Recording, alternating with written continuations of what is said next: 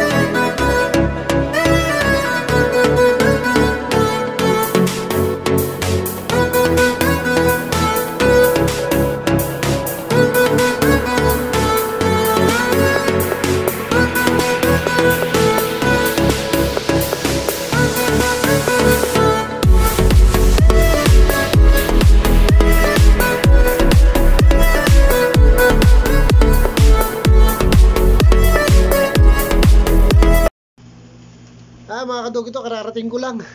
Ang baho ko, maliligo ulit ako, may aso na ako. Thanks for watching mga kadogo.